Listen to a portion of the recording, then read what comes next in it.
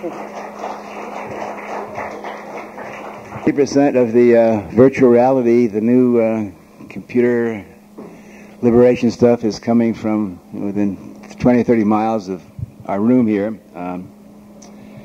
There's a new phenomenon called the rave situation. How many of you have been to a rave or know about the rave? Yeah, I mean, that's astonishing. It looks as though rave might become, for the 90s, what rock and roll was to the late 60s and 70s. Now anything that's as massive and complex as rock and roll or rock and rave, you're going to be an enormous spectrum of people involved in it, and I know there'll be commercial people, and there'll be all the problems of when you get a lot of people together moving in the same direction. But I've been spending a lot of my time recently talking to people involved with the so-called rave movement.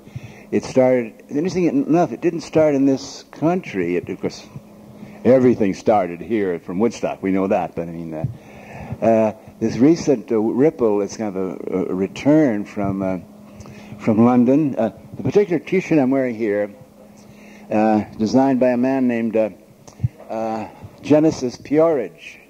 How many of you know who he is? He's the founder of Psychic TV, and now this T-shirt is an icon of the language of the future. This particular symbol means a chaos. The two basic philosophic, I'm jumping way ahead to the chase here, but two of the basic philosophic attitudes, orientations of this new breed that's evolving is, number one, they're not afraid of chaos. They've read their quantum physics, and they understand that the whole thing is a shimmering magnetic fields that occasionally spiral into galaxies, and then they're always moving and changing, so that there are a lot of people that don't like chaos. If you're a control person, you call what's happening the coming apocalypse, and you're freaked. But for those who understand that chaos simply means the loosening of structure, and you can't have any change or evolution or growth without a little undoing and dissolution and so forth. So that the second basic philosophic position of the new breed is I'm like a naturalist out there trying to pick up and sort the data here, like Darwin studying on the beagle. I'm trying to study this new culture. The basic philosophic orientation is that the universe is a good place. Now, immediately that marks me as a heretic, right? Because the Christians and the Islamics and all the monotheistic people, including the Darwinian Newtonian engineers, tell you that the world is a bad place. Nature is basically bad. You have to control nature because nature is going to, so the new generation seems to like welcome chaos. The idea is that you become a chaos designer. You deal with it. Can be a very busy profession. Hi, Bruce. And the second one is that the world is a good place. And also, the new breed tends to listen to these new messages that they're very optimistic about evolution. That, believe it or not, we can evolve as individuals, of course, and as groups. And that's what I'm going to be talking about tonight and in my workshop tomorrow. This is an amazing time in human history to try to use vocal cords to give a linear speech in words about what's going on out there.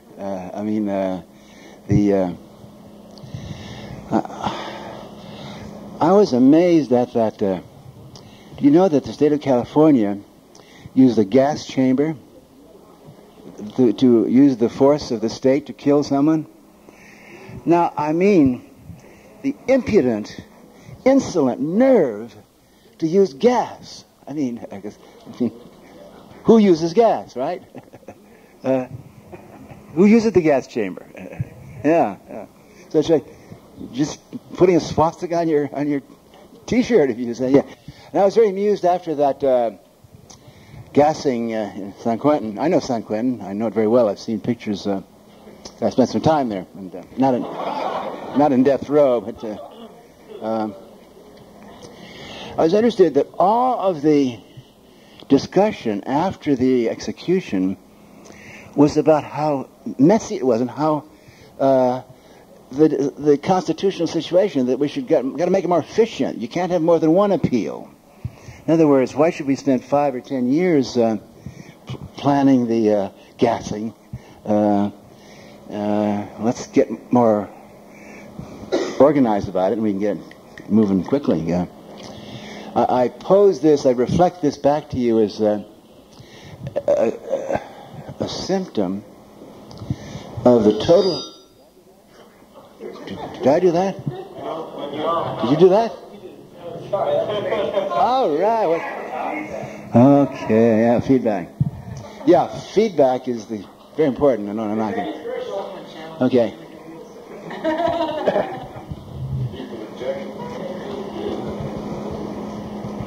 Well, what I'm going to do in the next few minutes is what I've been doing for the last 40 years.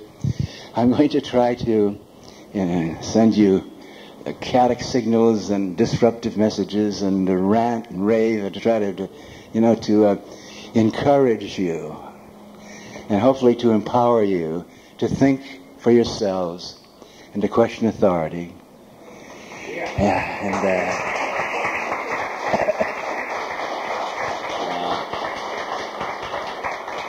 The encouragement is a pep talk. The way one of the techniques that's been used by people in my profession for years to encourage people to get up enough courage to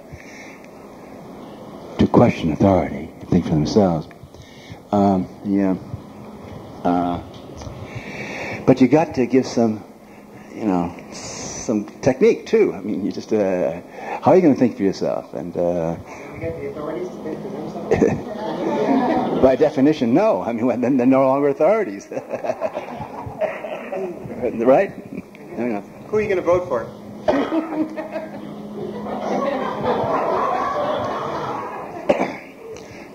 I don't know.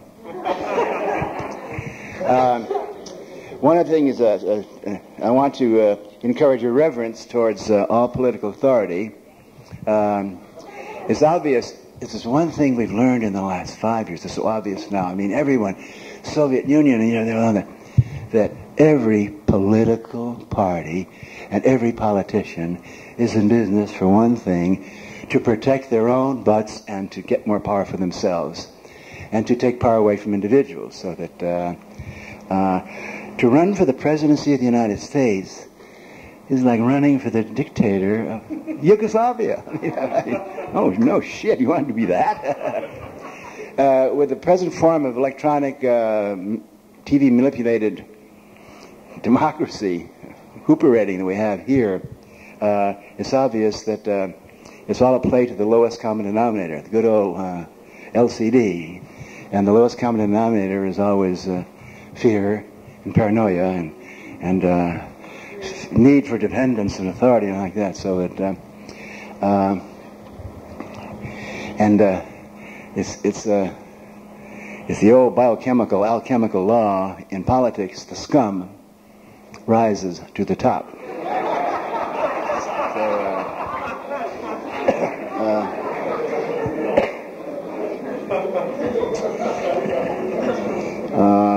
I don't know. You want to?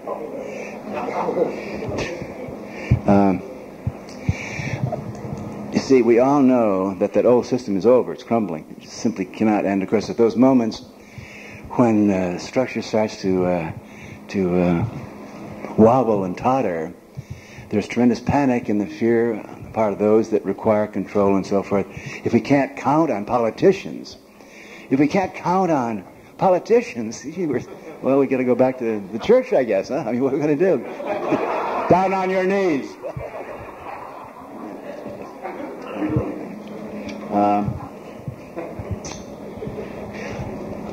I must pay tribute at this moment to a person who has tremendously influenced me,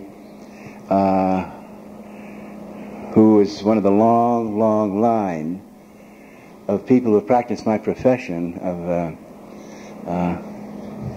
corrupting the minds of the youth. It's a hard job, but somebody's got to do it. Ill-paid and dangerous. I'm talking, of course, about Socrates. When you think about him, I mean, Socrates said, he didn't give lectures like I do. I mean, he just didn't, he didn't lay down 10 commandments, he didn't tell you what to do. He said, think for yourself. Know thyself, know thyself, know thyself, know thyself. Now, of course, just as I'm a cheerleader passing on other people's stuff, I take a little Bob Dylan and a little John Lennon and a little Socrates. Socrates is just moving the words around. They say that Socrates got this ancient, Gnostic, humanistic, internal divinity message from people like at the Eleusinian Mysteries or at the in the Delphic Oracle. You know the story of the Delphic Oracle? You'd go there and all this smoke, and special effects are always good, and yeah,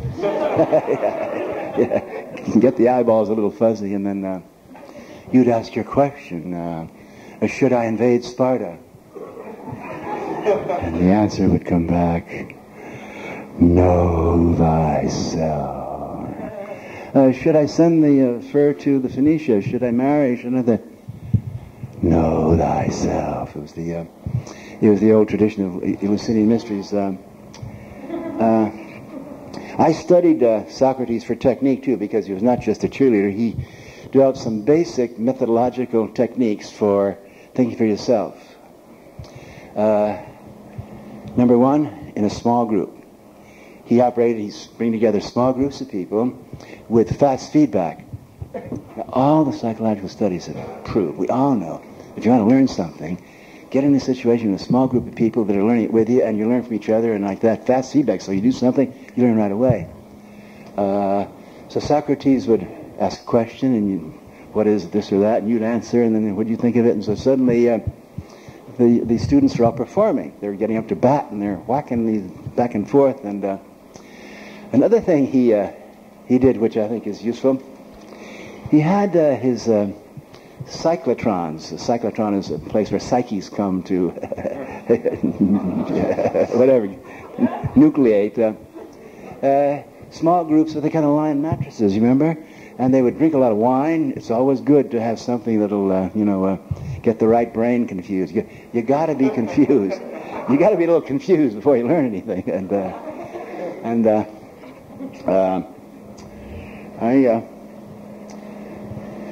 I first learned the practicality of the Socratic method when I was a graduate student in Berkeley in late 40s, and I watched what was going on with psychology at that time.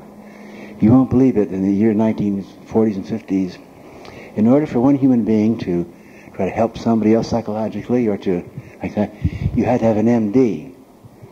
Because if you had some behavior problem, like if you were batting a little low on self-confidence, or you were striking out a lot and your depression score was going up, and your whatever, you were called mentally ill.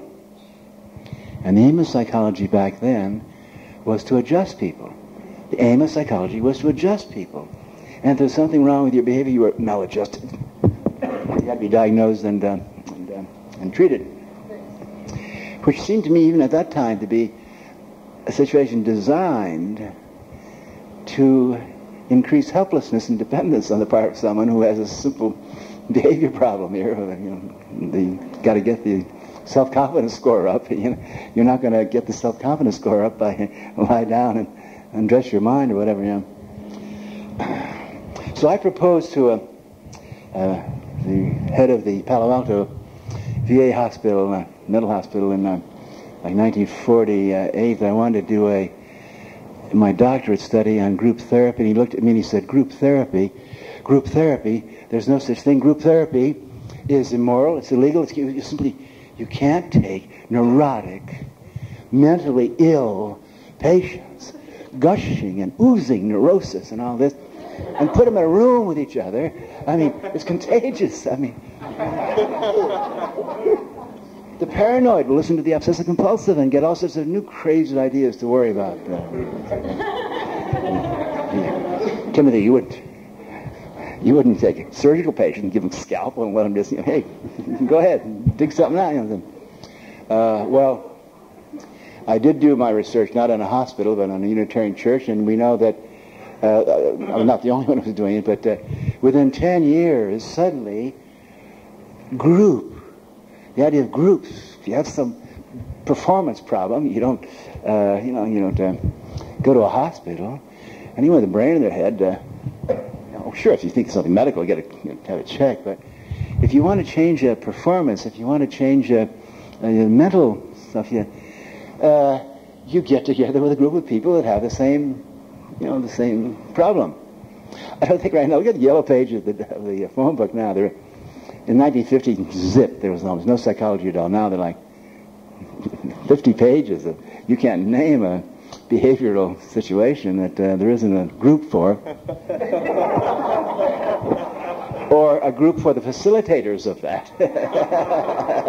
Anyway, but basically this is good, because the nice thing about a group is that I present my situation. I tend to strike out every time I come up against a left-handed pitcher who's blonde, whatever like that. And I discover, that you have the same problem, and you've tried this and you've tried that, and it didn't work. So suddenly, instead of being helpless victim, we're all kind of there coaching each other and like that. So it's, that worked pretty well. Matter of fact, on the basis of all this research, I got rewarded by being invited to Harvard University, which was really hot shit. I mean, and Harvard's a very interesting place because although there's a lot wrong with Harvard, Harvard University has always nurtured, around inside, the source and really the strength of American humanism. Ralph Waldo Emerson, he actually kicked him out. He was raving the same stuff that we were saying in the 60s. And William James, who started the first psychological laboratory, he was using nitrous oxide, and his brother Henry said all William did in Europe was dope. Remember James said that the psychology should be functional. He wrote a book called The Varieties of Mystical Experience. So Harvard's got this long tradition of humanism and transcendental kind of whatever you want to call it.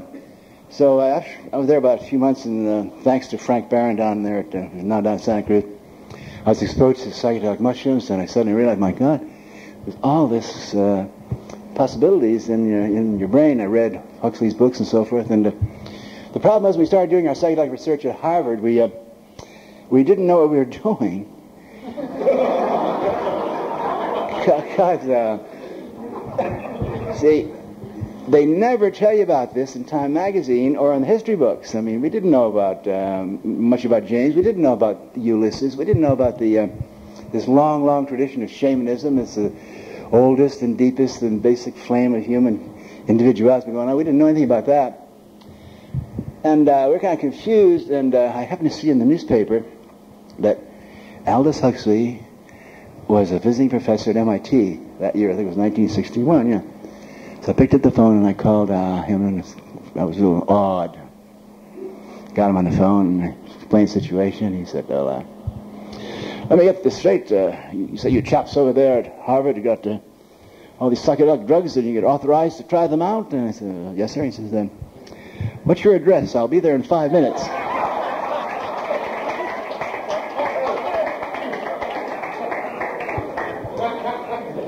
And it's fascinating looking back at it that the first thing Huxley told us was, listen, this is not a medical, pathological situation. Don't wear white coats and like that. If you're going to get involved in expanding consciousness and booting up new circuits in the brain, or whatever metaphor you want to use, do not make it into a medical or pathological situation.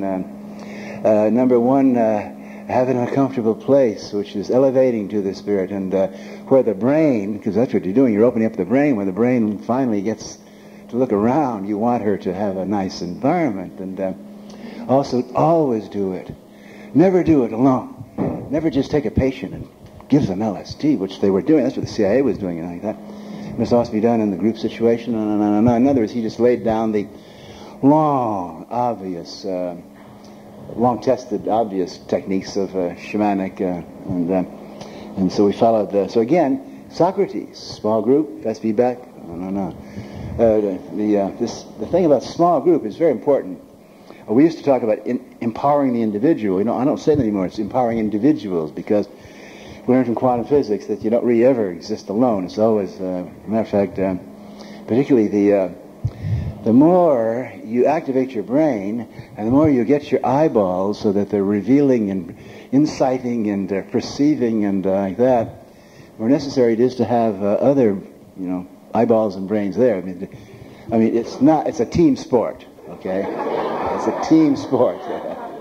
And indeed, there's nothing as pathetic as the individual who's empowering him or herself. Schwarzenegger's, we had acid Schwarzeneggers going around saying, I've taken acid 1,000 times and I'm God, and I'm not sure, what's your zip code, all that thing.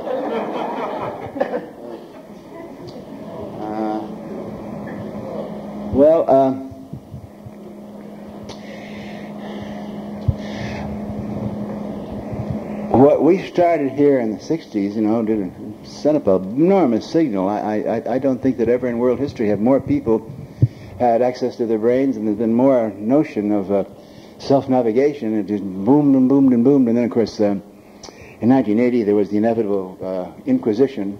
Every Renaissance is followed by an Inquisition. We elected Nancy Reagan president and started a war on the brain.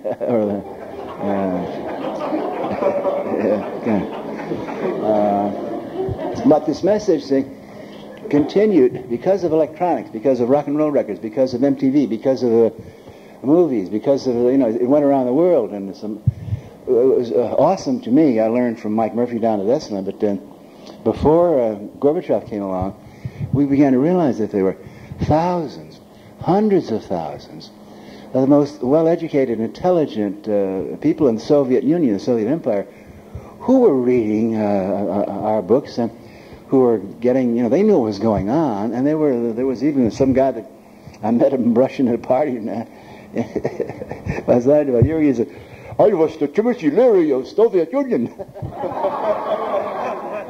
Well, good for you, you got out at least. The point I'm making here was that this has been, it's time for this. What we are talking about is this new breed, new generation of people that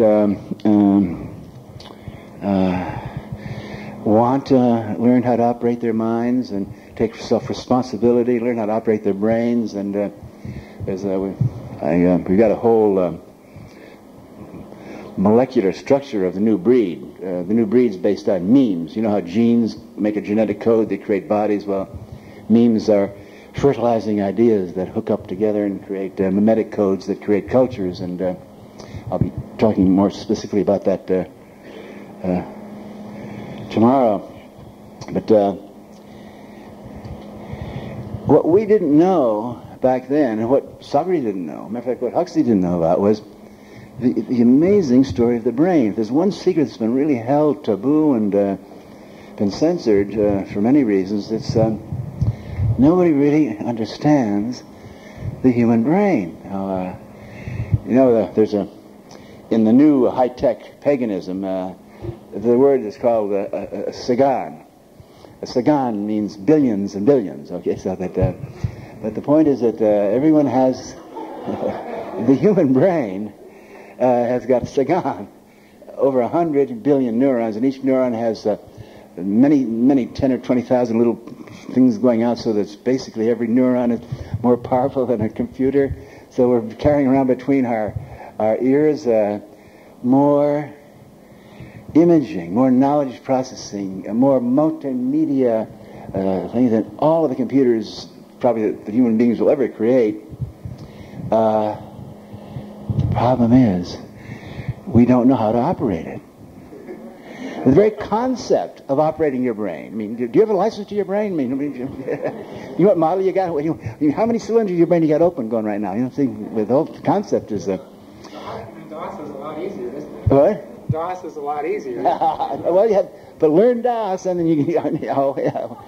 Nobody said it was going to be easy.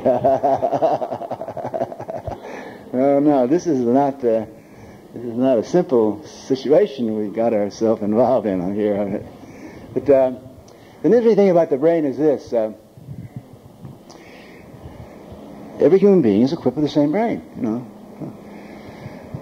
you see the television pictures of those kids starving in Africa, and their distended bellies and the little skinny and the enormous big eyes. They have a brain like Einstein. Or kids starving in Calcutta, they have a brain equal to Einstein's, just the programming. George Bush has a brain like Einstein's, just bad programming. I mean, you know. Interesting too that 25,000 years ago, when we were in caves, we had the same brain. You could, I think we should write the history of the evolution of human culture, not in battles and all that, but in the steps that have taken us slowly, one by one, step by step, to understand at least the concept of how to activate your brain and what kind of cylinders you got, left brain, right brain, you know, and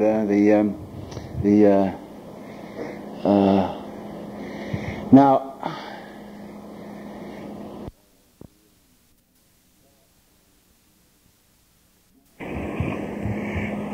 Make this point right now. If you want to learn how to operate your brain, you've got to learn how to get out of your mind. I said this in 1966. I was running around the country saying, you got to go out of your mind to use your head.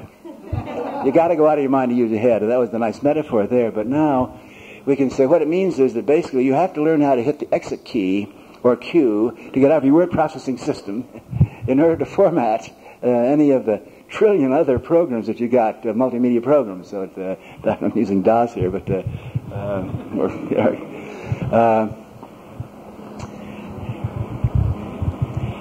now how do you get out of your mind?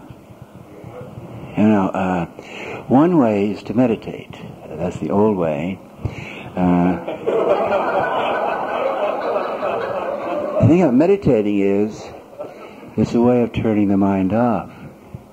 You've heard my dear beloved brother, pal, Richard Alpert Baba Ramdas, you know, he said his mind was like a drunken monkey. And he learned how to quiet it down and so forth. And I respect very much the meditative calming tradition. I belong to the other school here, which is far from wanting to calm you down, soothe you down.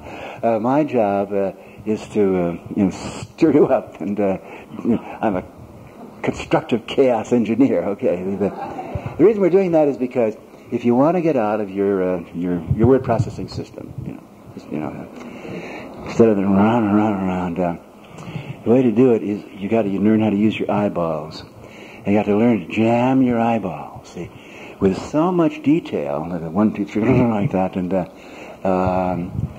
you no longer have the linear left brain, orderly, focused situation. And then suddenly, at that moment of trance, of pleasant, confused vulnerability, then you can imprint another, format another program, put in another meme. Let me give you an example. I ask you this question. How was it possible 1,000 years ago that the Catholic Church stretched from Istanbul and Constantinople way over there, all the way through the Balkans, all the way through Southern Europe, up through Northern Europe, and all the way up to Ireland and things like that? How come they set up a brain imprinting format that every Sunday 50 million people who would never see each other, who didn't even know their countries exist.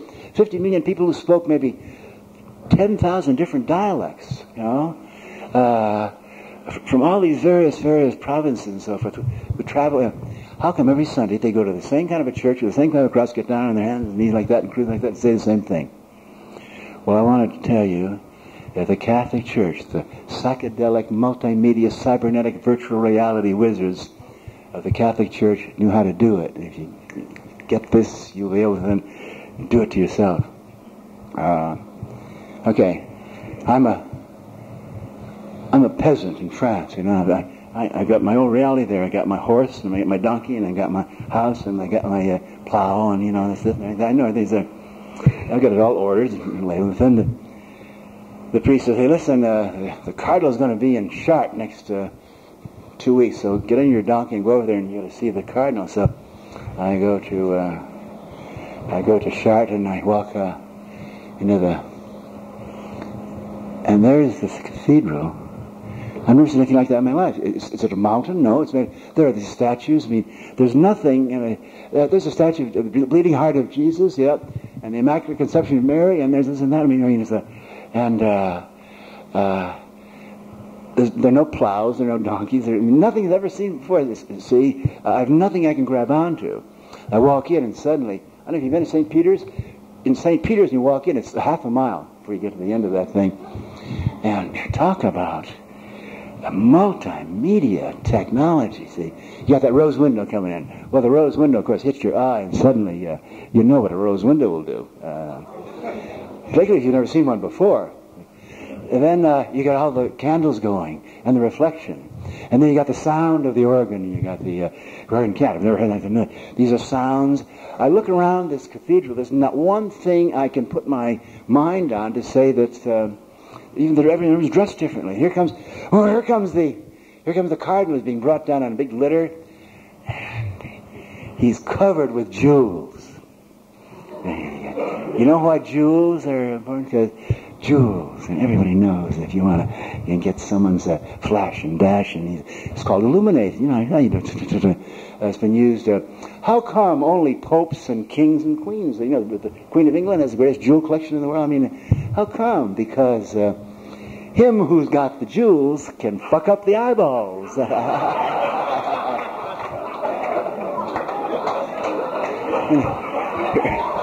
Here's the sound. Every guy knows that if you just flash a diamond in a girl's eyes, she'll be your housemaid forever, okay? Diamonds are a guy's best friends, really. But anyway, and here comes a pony like that, and it's a sound, I mean, absolute. That's what we call it, a trance situation brought about by overloading the eyeballs with stimulation beyond anything that's been experienced before, so that at that moment there's incredible vulnerability. Hypnotists have known that for years, I mean, like that. So yeah, then you can just slide in the commercial. All right, down your knees. Repeat after me. Our Father who art in heaven, thy kingdom come. Kingdom? Oh, that's hot, huh? Yeah. Thine is the kingdom and the power and the glory forever. Now, get off your knees and go over there to Palestine and kill some Arabs for Christ. Yes, sir, no problem. No problem, no problem. This technique, you see, when the Protestants came in, they did a very clever thing. The Protestants substituted, they wanted to get rid of all that. The first thing the Protestants did was they banned the jewelry, they banned the robes, they banned all that. They made a Protestant church, since Protestantism is the religion of the white northern Anglo-Saxon industrial class. They made a church look like an office building, you know. And you go there, you all do like that, no flash, no dash, like that. Which is a very shrewd move. That's the way to break the power of them. How much time? What time is it? 7:35. Oh yeah. I'll do I'm going to give you one. Okay, here's the situation. There is now available now available on the consumer market, electronic programs using CD-ROM, which will allow you to store on a disc an enormous amount of multicolored graphics, some full motion, some animation, and all the fucking text you ever want, like that. So you can begin to create your own hallucinations, to re-imprint yourself, or with friends, of course. We can make mutual hallucinations. Also, of course, we can videotape, make films instead of writing essays like that. So an enormous jump in education is going to happen when every schoolroom will have this inexpensive. You know how much a textbook's cost? I go to colleges and sometimes I have to, do autographs, and usually can't find my books, so often I have to autograph textbooks, and I open up the front of the textbook, and at $45. You can get a compact disc which would have 10,000 textbooks. Actually print them for what, $2, right? A compact disc that you can pop into a juiced up Nintendo or a Mac and so forth has the equivalent of what, 3,000, 2,800 floppy disks. Imagine the empowerment of the individual that is. Yeah, see, so it.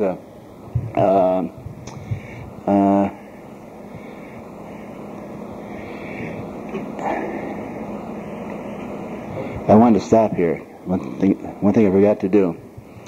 I've got to be irreverent to politics. Okay, I've been irreverent to. Okay, sure. I enjoy doing this right now. I'd like to say, I do not and never will pledge allegiance to the flag of the United Soviet States of America and to the bureaucracy for which it stands.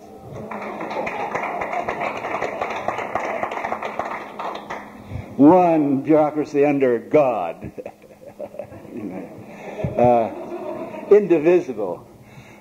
I mean, what? Indivisible? I mean, forever, huh? Yeah. I pledge allegiance to the flag of myself and my family.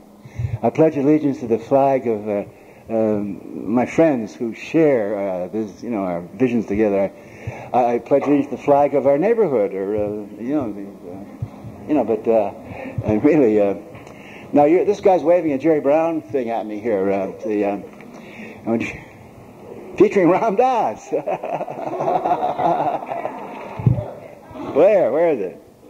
Yeah, it's going to be in San Francisco, Friday, May 22nd. There's 4 people speaking in behalf of Jerry Brown: Ram Dass, Barbara Marx Hubbard, George Leonard, John Robbins. That's a high-pressure thing. Yeah. I don't know if I'm going to vote for Jerry Brown or not.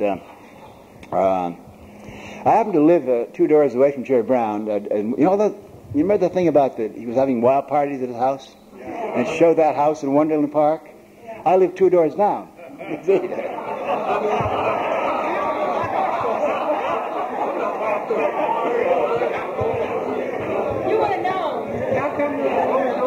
When Jerry Brown got on Ted Koppel and said very seriously and kind of piously, if you excuse the expression, "I never had one party in 8 years."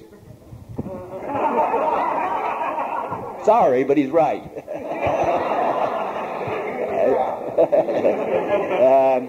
And yeah, Clinton didn't inhale, and Brown never had a party. Shit, what are you going to do? Anyway, another thing I want to say about there's some wonderful things happening. I know, in spite of the insanity, the total hallucinatory, evil, violent stuff you see on TV news and TV like that, in spite of all that, there's some wonderful things happening. Number one is the awareness of the woman situation. I find I go to parties in Southern California, a lot more dull. I can go around the room. I can go up to any woman now and say, I think that the number one evil, cancer, curse, plague that's facing the human race right now, causing all the trouble and conflict been going on for 12, 15, 20,000 years, is the pervasive, encompassing, immersive, brutal repression of children and women by men. And 9 out of 10 women said, well, congratulations, you caught on.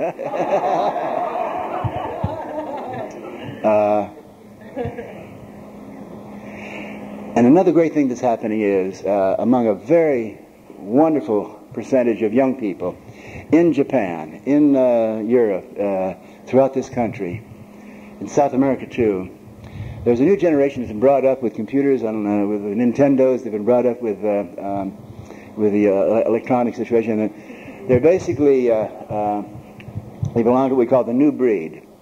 They're basically global. They're not loyal patriots, so they understand. They're developing their own global language.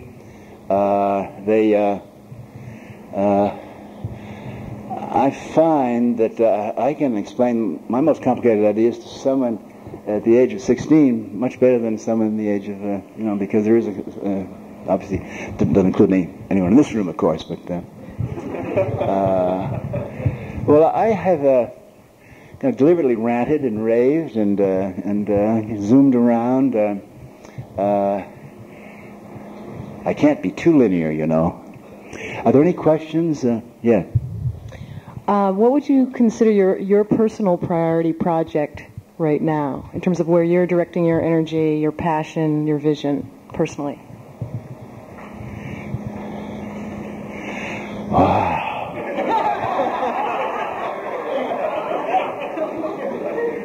I'm involved in about 12 different projects, all having to do with communication, all having to do with developing a new language. We're actually developing a new language, like ABCs, but it's going to be a multimedia language. I'm participating in a lot of these rave movements. Yeah.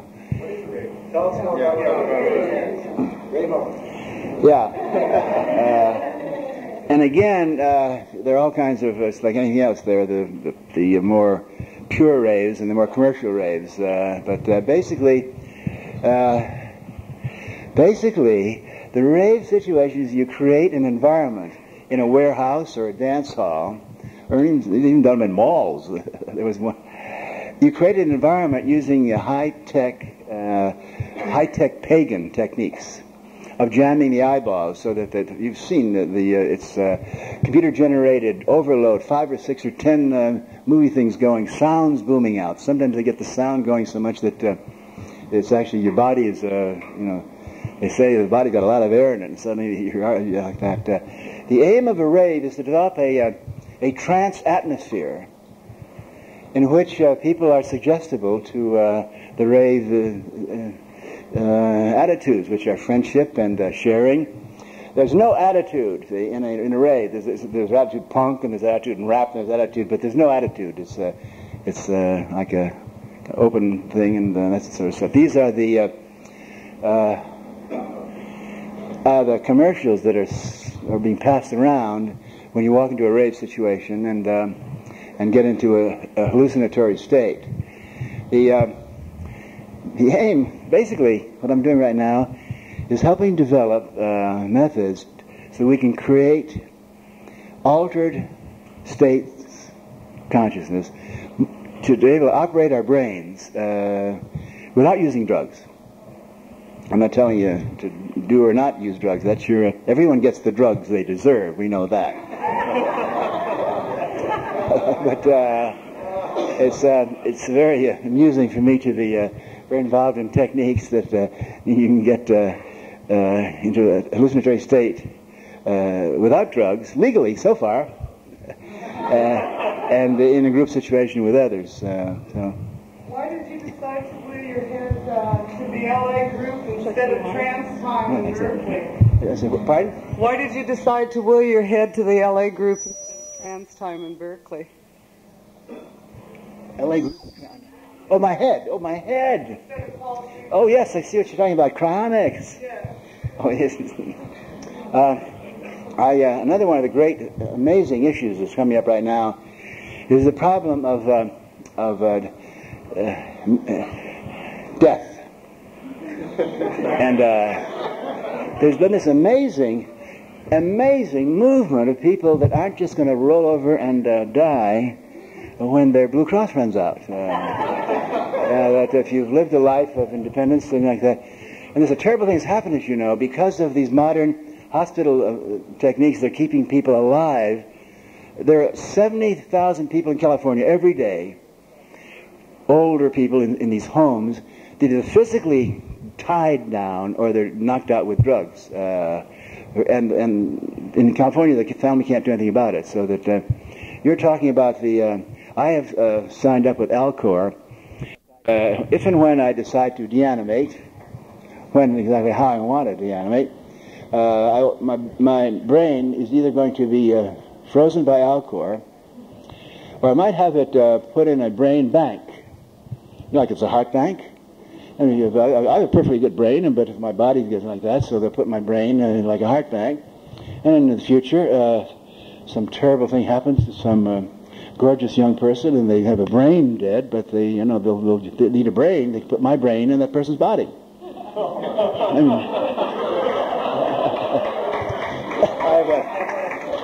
you can have a menu list of who you want. I prefer to have it in a Eurasian or a colored woman, but for starters. But and I have instructions on my Alcor will that I will never be brought back during a Republican administration. Thank you very much.